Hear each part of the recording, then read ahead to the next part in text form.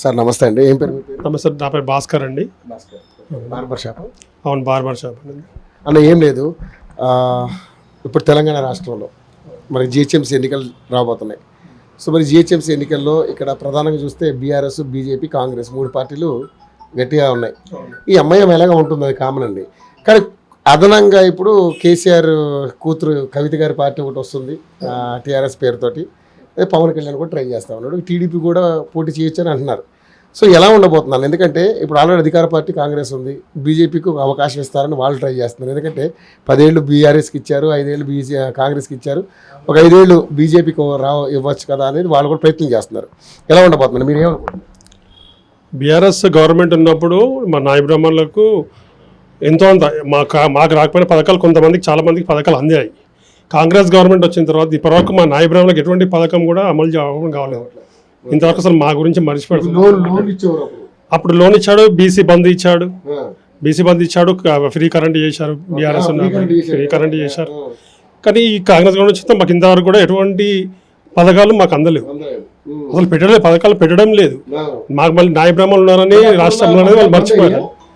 అప్పుడు కంటిన్యూ అవుతున్నాయి అవి, అంటే బీసీ బంద్ అలాంటివి బంద్ అయిపోయాయి.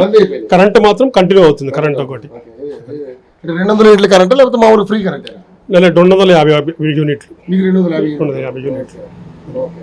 సో మరి సరిపోతుందా? ఫ్రీ వస్తుందా లేకపోతే వస్తుంది? ఫ్రీ వస్తుంది. కాకపోతే వాళ్ళు అప్పుడప్పుడు కొంతమంది వచ్చి బిల్లు తీసుకొస్తారు, మీరు ఇప్పుడు కాదు ఇంకా ఎప్పటికైనా కట్టాల్సి వస్తుందేమో బిల్లు అని చెప్తున్నారు. మళ్ళీ వాళ్ళు ఉన్నాయి. ఇప్పుడైతే ప్రస్తుతానికి అయితే ఏం అడుగుతలేదు, నడుస్తుంది. అలా ఫ్యూచర్లో కట్టాల్సి వస్తుందేమో అని చెప్తున్నారు మళ్ళీ. సరే, మరి ఇప్పుడు ఉన్నటువంటి సిచ్యువేషన్లోనా మరి బీఆర్ఎస్కి ఒక అవకాశం ఇచ్చారు, కాంగ్రెస్కి అవకాశం ఇచ్చారు, బీజేపీకి ఏమైనా అవకాశం ఉండబోతుందంటారా? అది చూద్దాం, ఇంకా ఇప్పుడేమని చెప్పలేం కదా. మేము ప్రస్తుతానికి అయితే ఇప్పుడు మేము బీఆర్ఎస్ అనుకుంటున్నాం. నా ఉద్దేశంతో మేమైతే బీఆర్ఎస్. అవును, ఎందుకంటే మరి లాస్ట్ టైం బీజేపీకి 48 స్థానాలు వచ్చినాయి. అదేవిధంగా మొన్న జరిగిన ఎన్నికల్లో 8 మంది ఎమ్మెల్యేలు, 8 మంది ఎంపీలు కూడా గెలిచారు. సో అటువంటి అవకాశం ఏమన్నా, అంటే మెరుగుపడుతుంది కదా, ఏమైనా అవకాశం గెలిచే అవకాశం లేదంటారా? అంటే ఓటు పర్సెంటేజ్ పెరిగే అవకాశం ఉండొచ్చు, కానీ మా ఏరియా దగ్గర అయితే కంపల్సరీ బీఆర్ఎస్ అని నేను అనుకుంటున్నాను. అవును. ఆర్గానిటీలు వస్తున్నాయన్న మరి ఈ ప్రభుత్వంలో? వస్తారు. మాకు ఏమవుతుంది, ఒక ఫ్రీ బస్ ఒకటి మాకు యూజ్ అవుతుంది. అంటే మా మిసెస్ జాబ్కి వెళ్తారు కాబట్టి ఫ్రీ బస్ ఒకటి యూజ్ అవుతుంది. జాబ్కి వెళ్తారు, ఫ్రీ బస్. ఆ ఫ్రీ బస్ కూడా ఫుల్ రష్, బాగా రష్ ఉంటుంది. మహిళలకు అందరికి ఫ్రీ పెట్టి డబల్, జెంట్స్ కి డబల్ చేసి పడేచ్చు, ఛార్జీలు పెంచేసారు అంతే. వస్తుందండి, అది కూడా వస్తుంది. గ్యాస్ సబ్సిడీ వస్తుందా? సబ్సిడీ రావడం లేదు, మాకు రావట్లేదు. సెంట్రల్ గవర్నమెంట్ వచ్చే 41 రూపీస్ అదే ఉంది, అది వస్తుంది కానీ ఇది రావడం లేదు.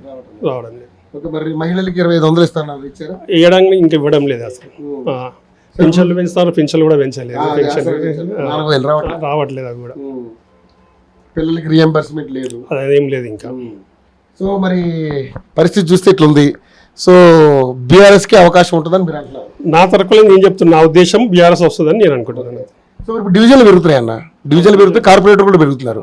సో మహిళలకు కూడా 33% రిజర్వేషన్ ఉంది. సో మహిళా కార్పొరేటర్లు కూడా వచ్చే అవకాశం ఉంటుంది కదా? వస్తే రిజర్వేషన్ ప్రకారం వస్తే వాళ్ళు రావాల్సి వచ్చింది కదా, వస్తుంది. సో మహిళలు కూడా రాజకీయంగా ఎదుగుతారు 100% ఎదుగుతారు. ఎస్ఐఆర్ ఉందన్న, ఎస్ఐఆర్ దొంగోట్లు తీసే కార్యక్రమం జరుగుతుంది, ఎట్లా అనిపిస్తుంది?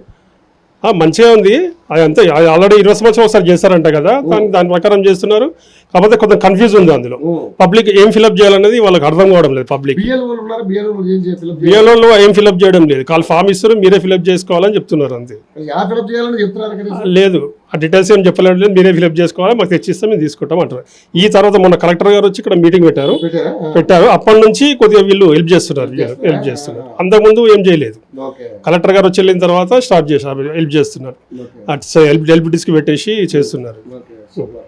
సో మొత్తానికి అయితే ఈసారి మళ్ళీ జిహెచ్ఎంసీలో బీఆర్ఎస్ జెండా ఎగురుతుంది నేను అంటున్నా. అందరి ఉద్దేశం, నా ఉద్దేశం. థ్యాంక్ యూ అండి, థ్యాంక్ యూ సో మచ్.